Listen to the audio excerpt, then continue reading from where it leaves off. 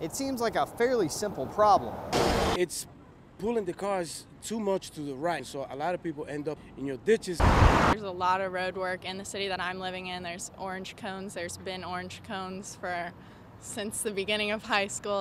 We've all encountered problems similar to these drivers. So why are there so many problems with South Carolina roads? It all comes down to money. Today, cars are more fuel efficient than ever, so people spend less on gas from point A to point B. So the amount the state gets from its road-fixing gas tax goes down, leaving roads looking worse. You rely solely on a volume-based measure to pave roads.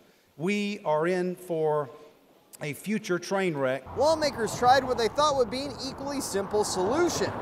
Raise the amount of money coming in, but base it on the wholesale cost of gas. The House was able to pass a gas tax almost 30 years ago, so how hard can it be? As it turns out, pretty hard. You've got four players in the road funding game: the House, the Senate, pro-roads groups like the South Carolina Alliance to Fix Our Roads, and anti-tax groups like Americans for Prosperity. The ref, Governor Nikki Haley, who won't sign a roads bill without an income tax cut. That cut, she says, offsets a price jump at the pump. The roads should not be held hostage to an income tax. The House made the first play, introducing a bill without an income tax cut. The House Roads bill was actually submitted 3 weeks into session, but stalled in the Ways and Means Committee until it was amended in April.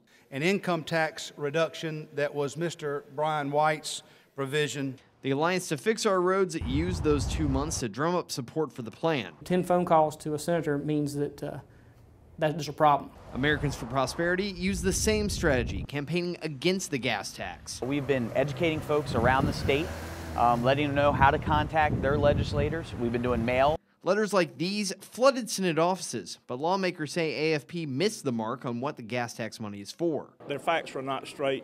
We're talking about a group that's putting out information on bike trails and light rail mass transit. Oh no, there's no such thing. We don't know what you're talking about.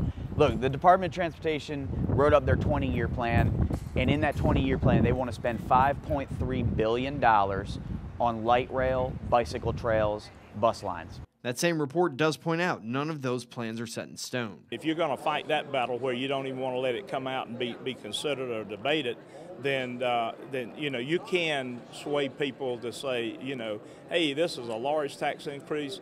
Will you ask so-and-so not to vote for it? The struggle over income tax cuts and gas tax hikes have run the clock down to the legislative session's final days. There's been sort of this grinding halt to all these fast-moving proposals. Roads took a back seat to social issues like abortion and body cameras. Just this week, the Senate Finance Committee endorsed a different roads plan that hasn't gotten a vote yet, sending the road funding debate back to square one. Time is real key. So if the roads bill is on the back burner, what does that mean?